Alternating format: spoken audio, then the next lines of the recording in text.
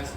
मैं विकास बाबू। अभी हमने कल आपको लेक्चर चौथा आपको दिया था, उसमें हमने पुष्प का नर जननांग के बारे में अध्ययन कराया था। तो नर जननांग के बारे में अध्ययन कराया था, उसमें परागकण की संरचना तथा परागकण का किस प्रकार से लव युग्मक जनन होता है, इसके बारे में आपको अध्ययन कराया था। अब नर जननांग के बारे में आपने सही ढंग से सीखा है। आज शुरू होगा आपका जायांग गायनोसियम, जिसे हम जायांग कहते हैं।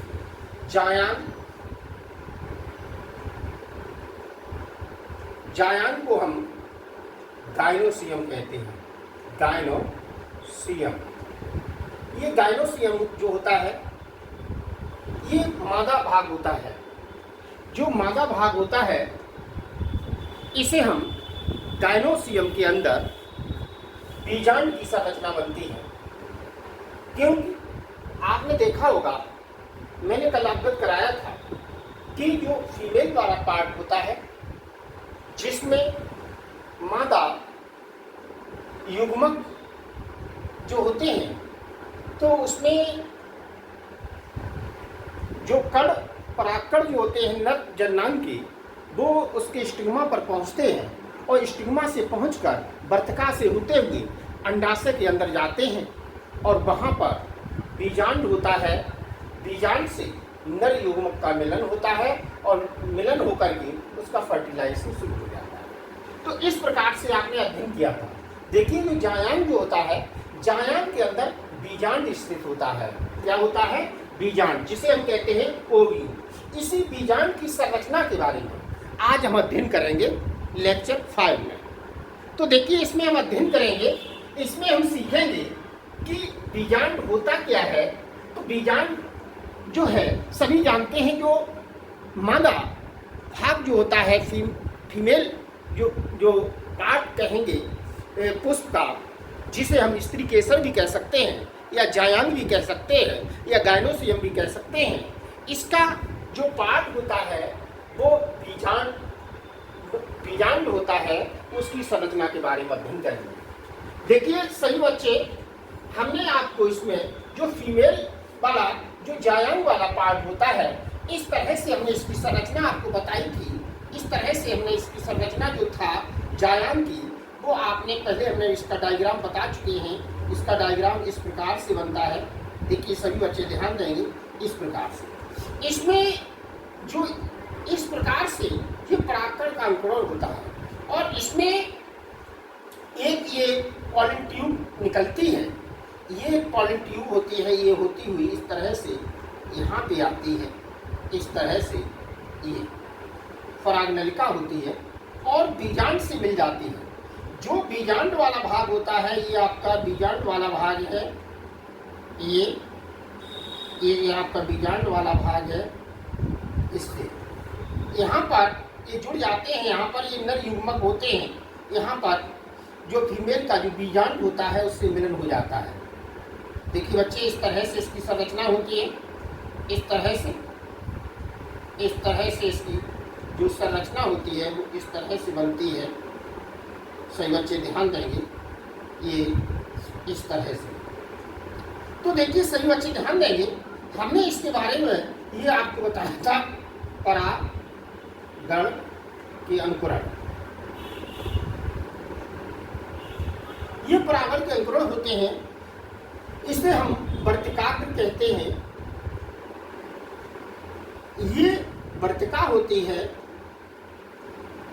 सब बच्चे ध्यान देंगे, ये आपकी परागनलिका होती है, जिसे हम पॉलन ट्यूब भी कहते हैं। ये यहाँ पर ये आपका बीजांड है और ये आपका भाग जो है वो अंडाशय है, जिसे हम ओवरी कहते हैं। इस प्रकार से जायांग के 3 पार्ट होते हैं। एक तो पार्ट होता है वर्तिकाग्र और दूसरा पार्ट होता है वर्तिका और तीसरा होता है अंडाशय। 3 भाग इसके होते हैं। अब इसमें जो इसका अंडाशय वाला भाग होता है, इसका इंटरनल जो पार्ट होता है, बीजांड होता है, उसी के बारे में आज हम अध्ययन करेंगे जो बीजांड होता है वो अंडाशय के अंदर स्थित होता है। सही बच्चे ध्यान देंगे, बीजांड कहाँ स्थित होता है? अंडाशय के अंदर स्थित होता है। जो जायंग वाला पार्ट होता है उसके अंदर, या स्त्री केसर वाला जो पार्ट होता है उसके अंदर जो एक फूला हुआ भाग होता है जिसे हम अंडाशय कहेंगे, जो अंडाशय होता है उसके अंदर बीजांड स्थित होता है। अब जो बीजांड होता है, अब सभी बच्चे देखेंगे इसमें, ये बीजांड है, इसे हम कहेंगे, इसका ये गोल एक थैलेनुमा भाग है, इसे भ्रूणकोश कहते हैं। भ्रूणकोश, देखिए जो भ्रूणकोश होता है इसे कहेंगे एम्ब्रियो सेक। एम्ब्रियो सेक माने होता है भ्रूणकोश, अंडाशय को ओवरी कहते हैं। इसे देखिए यहाँ पर जर्मिनेशन और पॉलिनेशन हो रहा है, परागण नहीं, सॉरी यहाँ पर परागण नहीं होगा, परागकण के अंकुरण हो रहे हैं, परागकण के अंकुरण, परागकण के अंकुरण। यहाँ पर परागकण में क्या होता है, जर्मिनेशन हो रहा है, तो जर्मिनेशन होकर के स्टिग्मा पर हो रहा है, जिसे वर्तिका कहते हैं, और ये वर्तिका है जिसे मिस्टाइल कहते हैं, अंडाशय है इसे ओवरी कहते हैं। तो देखिए सही बच्चे, हम इसकी इंग्लिश लिख दे रहे हैं, तो इसमें जर्मिनेशन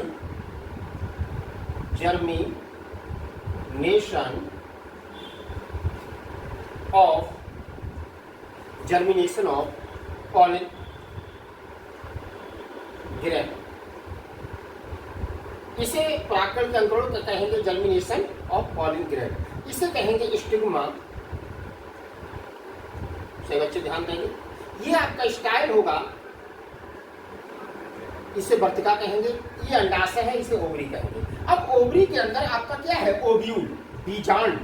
ये क्या है, बीजांड स्थित है, बीजांड क्या है, बीजांड, जिसे कहेंगे ओव्यूल। क्या कहेंगे, ओव्यूल। ये जो बीजांड है इसी की संरचना के बारे में अध्ययन हम करेंगे। तो देखिए सही बच्चे, इसमें हम इसको क्लीन कर देते हैं, साफ कर देते हैं, क्योंकि पहले मैं बता चुका हूँ इस भाग के बारे में, इसी के बारे में हम अध्ययन करेंगे जो आपका बीजांड है। अब सभी बच्चे ध्यान देंगे, जो बीजांड है कहाँ पर पाया जाता है, अंडाशय के अंदर पाया जाता है। तो बीजांड एक छोटी सी संरचना होती है। देखिए जो बीजांड है वो अंडाशय के अंदर एक छोटी सी संरचना होती है जिसे हम बीजांड कहते हैं। अब ये जो बीजांड जो होता है, ये बीजांड ग्रंथ द्वारा बीजांड सल से जुड़ा रहता है, और बीजांड सल से जुड़ा होकर के इसमें एक नालिका बनती है जिसे हाइलम कहते हैं। तो देखिए इसका हम सबसे पहले इसका चित्र बनवा दें। सही बच्चे चित्र सही ढंग से देखेंगे किस प्रकार से बनता है। कुछ बच्चे ऐसे होते हैं चित्र बनाने में दिक्कत होती है, तो सभी बच्चे इसका डायग्राम पर ध्यान दें, जो बीजांड की संरचना किस प्रकार से बनेगी।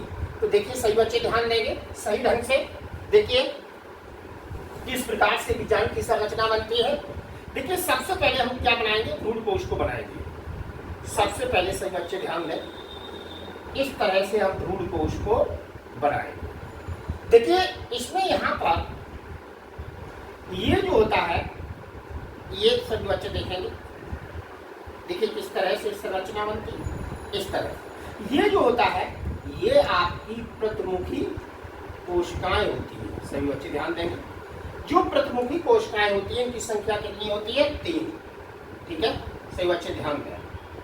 थोड़ा इधर लिखेंगे क्योंकि अभी इसे डायग्राम पूरा बनाना है। प्रतिमुखी कोशिकाएं, कोशिकाएं, देखिए सही बच्चे ध्यान देंगे, प्रतिमुखी कोशिकाएं होती हैं, इसे हम कहते हैं एंटीपोडल सेल्स। क्या कहते हैं, एंटीपोडल सेल्स। ठीक है, अब देखिए हमने इसमें यहाँ प्रतिमुखी कोशिकाओं को बना दिया, ये आपकी प्रतिमुखी कोशिकाएं रही। ठीक है, अब देखिए इसके बीचों बीच में जो भ्रूणकोश होता है इसे हम कहेंगे, क्या कहेंगे बच्चे, भ्रूणकोश। भ्रूणकोश, ठीक है, सही बच्चे ध्यान देंगे। इसकी इंग्लिश होती है एम्ब्रियो सेल। एम्ब्रियो सेल, इसे हम एम्ब्रियो सेल कहते हैं भ्रूणकोश को। ठीक है बेटा, तो अब इसके इंटरनल जो पार्ट होता है, यहाँ पर ये इस तरह से ये जो दो होते हैं वो ध्रुवी केंद्रक होते हैं, इससे कहेंगे ध्रुवीय केंद्रक। थोड़ा आगे बढ़ा देते हैं, ध्रुवीय केंद्रक। ठीक बच्चे, ये आपके ध्रुवी केंद्रक है। अब देखिए यहाँ पर ये जो होता है सहायक कोशिकाएं होती हैं। देखिए सही बच्चे ध्यान दें, इस तरह से इसकी संरचना बनती है, इस तरह से इसकी संरचना होगी, इस तरह से, इस तरह। देखिए सही बच्चे ध्यान देंगे, इस तरह से।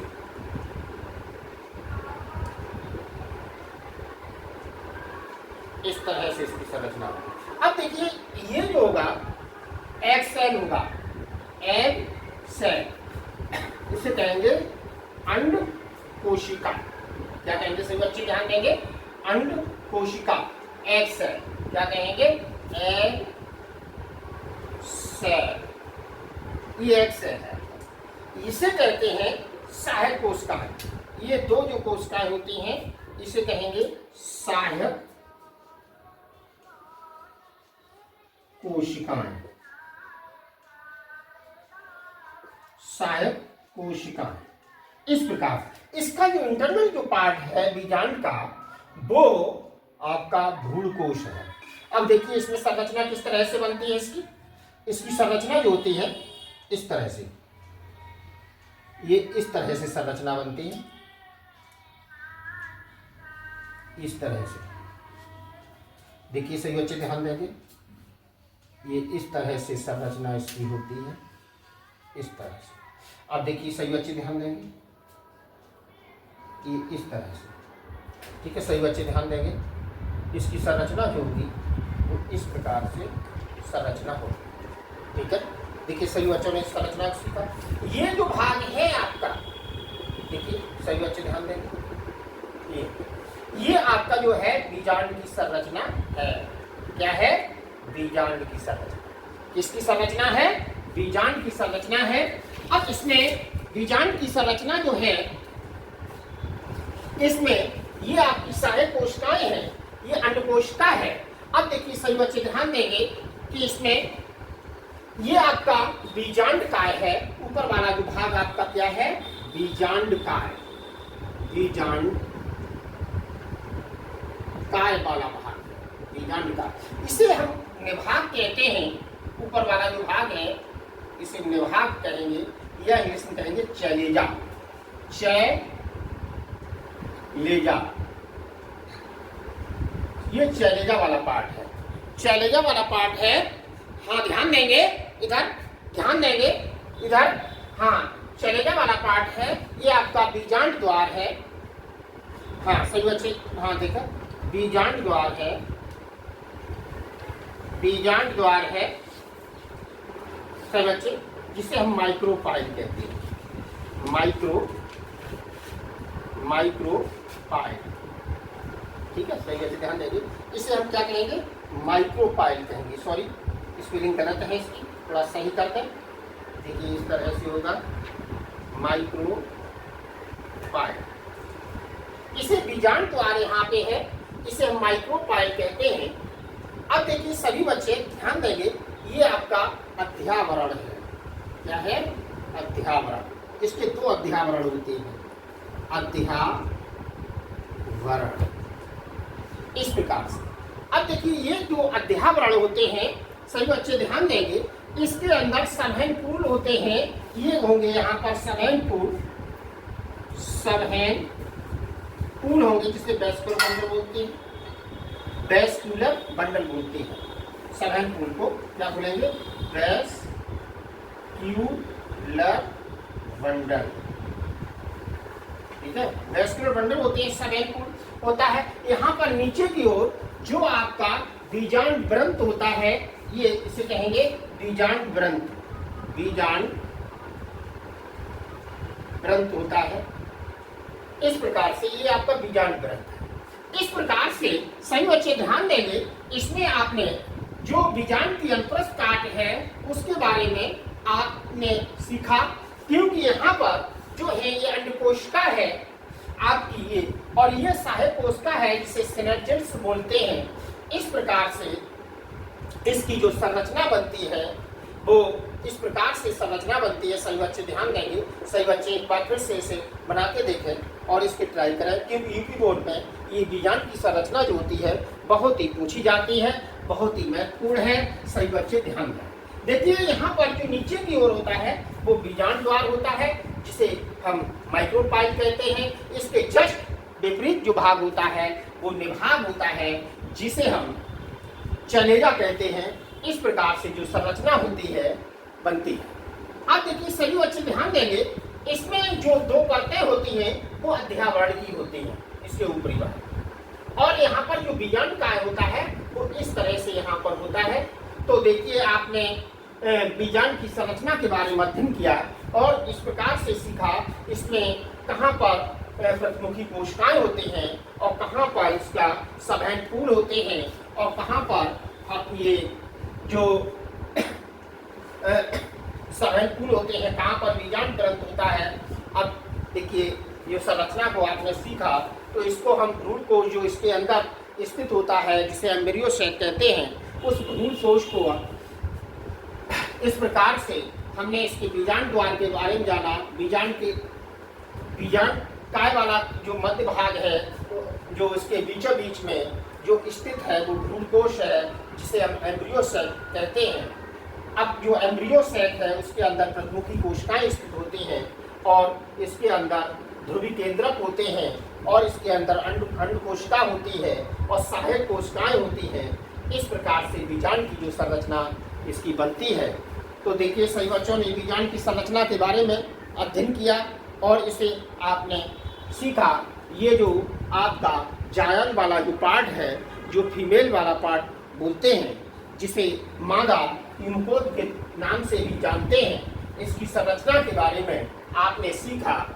जो मादा यूनिकोड जिसे हम कहते हैं, तो इसको बारे में आपने सीखा। अब सभी बच्चे ध्यान देंगे, जो बीजांड यहाँ पर होता है ये मुख्य रूप से इस बीजांड द्वार तथा निभाग के अनुसार इन्हें जो बीजांड है ओव्यूल है, इसे 6 भागों में बांट दिया गया है या 6 प्रकार के बीजांड होते हैं। सबसे पहले आर्थोट्रोपिस होता है। अब देखिए सही बच्चे ये संरचना को बना लिया। सही बच्चे देखिए हम थोड़ा पीछे हो जा रहे हैं। सही बच्चे इस संरचना को बना लें सही ढंग से और सभी बच्चे इसका नामांकन सही ढंग से करें और किस तरह से इसका डायग्राम बनता है। अब इसके जो बीजांड की संरचना जो होती है वो इस प्रकार से होती है। अब बीजांड के प्रकार सीख लें। बीजांड के प्रकार मुख्य रूप से 6 होते हैं। देखिए बीजांड के प्रकार सही बच्चे देखिए, जो बीजांड जो होता है उसका बीजांड द्वार और उसका जो निभाग होता है उसी आधार पर जो बीजांड के प्रकार होते हैं। तो देखिए सबसे पहले आर्थोट्रोपिस होता है। बीजांड मुख्य रूप से 6 प्रकार के होते हैं। लिख लें बेटा, बीजांड मुख्य रूप से 6 प्रकार के होते हैं।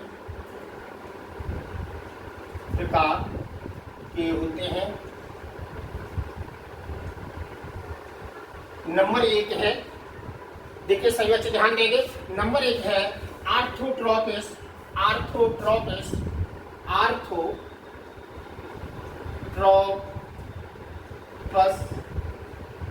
दूसरा है आर्थोट्रोपिस। दूसरा है एनाट्रोपस। देखिए सही बच्चे ध्यान देंगे, एक तो आर्थोट्रोपिस हुआ और दूसरा हुआ एनाट्रोपिस। अब है हेमी एनाट्रोपस।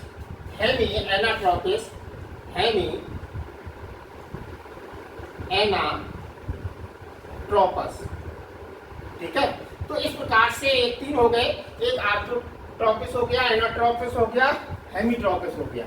एक होता है कैम्पाइलोट्रोपिस। कैम्पाइलोट्रोपिस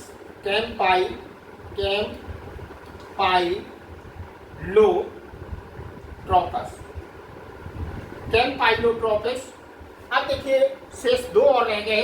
एक होता है एम्फीट्रोपिस, एम्फीट्रोपिस, एम्फीट्रोपस, एक एम्फीट्रोपिस है, और लास्ट ये रह गया आपका, ये होता है सिरसिनोट्रोपिस, सिरसिनोट्रोपिस, सिरसिनोट्रोपिस, सिरसिनोट्रोपस।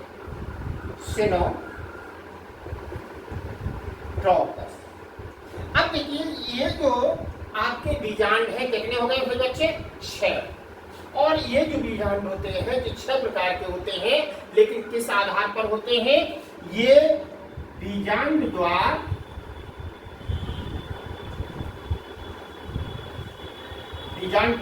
तथा निभाग के आधार पर होते हैं। निभाग के आधार पर ये 6 प्रकार के होते हैं। इस प्रकार से आपने आज बीजांड के बारे में सीखा। अब इसमें जो बीजांड जो होता है सभी बच्चे स्टडी करेंगे घर से। और बीजांड कितने प्रकार के होते हैं? 6 प्रकार के होते हैं। बीजांड कहाँ स्थित होता है? मादा का जो जायांग भाग होता है, अंडाशय होता है, तो उसके अंदर स्थित होता है, जिसे हम बीजांड कहते हैं। बीजांड के अंदर भ्रूणकोश स्थित होता है। देखिए सभी बच्चे ध्यान दें, इस वीडियो को सभी बच्चे देखें। इस वीडियो को सभी हमारे जितने भी स्टूडेंट हैं जो हमें पसंद करते हैं तो वो लाइक करें, और इस वीडियो को सभी बच्चे शेयर करें, और सभी बच्चे अपने कमेंट्स भेजें, अपनी राय भेजें, जिस तरह से आपको ऑनलाइन में क्लास दे सकूं और आप तक हमारी आवाज़ पहुंच सके। धन्यवाद।